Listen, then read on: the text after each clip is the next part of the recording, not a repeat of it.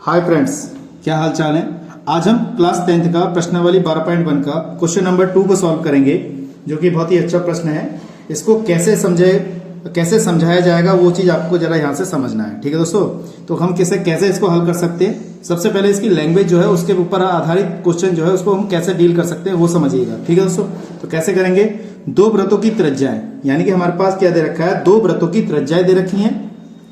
अगर मानना चाहे तो आप मान सकते हैं, जैसे हमारे पास पहला व्रत है, ठीक है दोस्तों, और ये हमारे पास दूसरा व्रत है। ठीक है, और इनकी हमारे पास दो त्रिज्याएं दे रखी हैं, यानी कि हमारे पास पहली त्रिज्या, इसको हमने क्या मान लिया, R1 मान लिया। ये कितनी दे रखी है, 8 सेंटीमीटर दे रखी है। दूसरे व्रत की जो त्रिज्या है वो हमारे पास R2 बराबर 6 सेंटीमीटर दे रखी है। तो कह रहा उस व्रत की त्रिज्या ज्ञात कीजिए जिनका क्षेत्रफल इन दोनों व्रतों के क्षेत्रफल के योग के बराबर है। यानी कि जिसका जो क्षेत्रफल है इन दोनों वृत्त के क्षेत्रफल के बराबर है। यानी कि हमें ज्ञात करना है A बराबर A1 प्लस A2, यानी कि एरिया इस वाले वृत्त का, एरिया इस वाले वृत्त का, इसके क्षेत्रफल के क्या है, बराबर है। हमें ये चीज ज्ञात करनी है। तो मैं समझता हूं आपको इस सवाल की जो लैंग्वेज है वो समझ में आ गई होगी अच्छी तरीके से। अगर नहीं आई है तो कमेंट में जरूर बताइएगा। ठीक है दोस्तों, तो आप मुझे जानते हैं, मेरा नाम है साकेत और आप देख रहे हैं मेरा चैनल Pi20। चलिए शुरू करते हैं। चैनल पर पहली बार आए, चैनल को सब्सक्राइब कर लें, बेल आइकन को जरूर प्रेस कर लें, जिससे कि नए नोटिफिकेशन आपको तुरंत मिले। ठीक है दोस्तों, तो कैसे करते हैं देखिएगा। अब जैसे हमारे पास ये वाला व्रत हो गया, ये वाला व्रत हो गया, और हमने क्या किया, इन दोनों का जो व्रत का क्षेत्रफल है वो नए व्रत के क्षेत्रफल के क्या है, योग, दोनों योगफल के बराबर होगा। ये चीज हमें हल करनी है। तो सबसे पहले इस व्रत का हम क्षेत्रफल लिख लेते हैं। अगर देखा जाए तो कितना होगा। ठीक है दोस्तों, तो कैसे हल करेंगे, क्योंकि हमें इस वाले जो दूसरा वाला व्रत है उसकी त्रिज्या हमें यहाँ पे ज्ञात करनी है। तो सवाल की लैंग्वेज बहुत आसान है, आपको अच्छी तरह समझ में आ गई होगी। कोई दिक्कत है तो कमेंट बॉक्स में बताइएगा। अगर मैं दोनों लगा ले, अगर हम यहाँ लिखें व्रत का क्षेत्रफल कितना होता है, आप जानते हैं अच्छी तरीके से।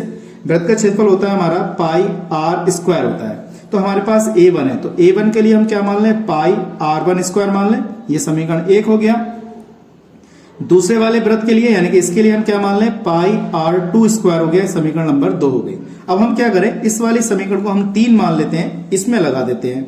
तो मैंने क्या किया, A बराबर A1 का मान हमारे पास ये है पाई R1 स्क्वायर, यहाँ पे लगा दिया। दूसरा वाला एरिया जो है वो ये लगा दिया, पाई R2 स्क्वायर, ये लगा दिया। ठीक है, मैं समझता हूँ यहाँ तक अच्छी तरह समझ में आया होगा। अब हमारे पास जो रिजल्ट चाहिए, यानी कि जो हमें त्रिज्या चाहिए, दोनों के योगफल की त्रिज्या चाहिए, वो कितना है, इसको भी मैंने लिख दिया पाई R स्क्वायर। अब देखिए पाई R1 स्क्वायर, पाई R2 स्क्वायर, इस तरीके से हमने यहाँ पे लगा दिया। ठीक, अब यहां से देखिए पाई कॉमन आ रही है, हमने पाई कॉमन निकाल लिया इस वाले स्टेप से। R1 स्क्वायर प्लस का R2 स्क्वायर, इस तरीके से लिखा हमने। ठीक, पाई से पाई क्या हुआ, कैंसिल हो गया। तो R स्क्वायर बराबर हमारे पास बचा R1 स्क्वायर प्लस का R2 स्क्वायर। हमने इसको इक्वेशन 4 मान लिया।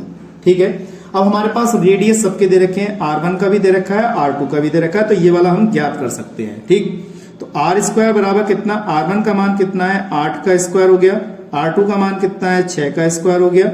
R स्क्वायर बराबर 8 का वर्ग कितना हो जाएगा, 64, और 6 का वर्ग कितना हो जाएगा, 36 हो जाएगा। फिर हमने R स्क्वायर बराबर 64 प्लस 36 को क्या लिख लिया, 100 लिख लिया। तो R बराबर अंडर रूट कितना हो जाएगा, हमारा 100 हो जाएगा। ठीक है, इसका वर्गमूल आप जानते हैं, तो इसको हम लिख सकते हैं 2 गुणा 2, और लिख सकते हैं 5 गुणा 5। इस तरीके से लिखेंगे। इस वाली संख्या से हमारा 2 बाहर आ जाएगा, इस संख्या से हमारा 5, यानी कि 10। ये जो है हमारे पास इसकी त्रिज्या आ गई, यानी कि 10 सेंटीमीटर त्रिज्या आ गई, जो हमारा नया व्रत इन दोनों के क्षेत्रफल के योग के बराबर था। तो उसकी त्रिज्या कितनी आ गई, हमारे पास 10 सेंटीमीटर आ गई। मैं समझता हूं आपको किसी तरह की कोई दिक्कत नहीं हुई होगी सवाल को समझने में।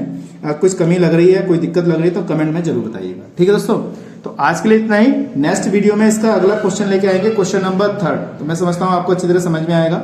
कोई दिक्कत है, किसी प्रकार की परेशानी है, तो कमेंट में जरूर बताइएगा। ठीक है, तो आज के लिए इतना ही। जय हिंद, वंदे मातरम।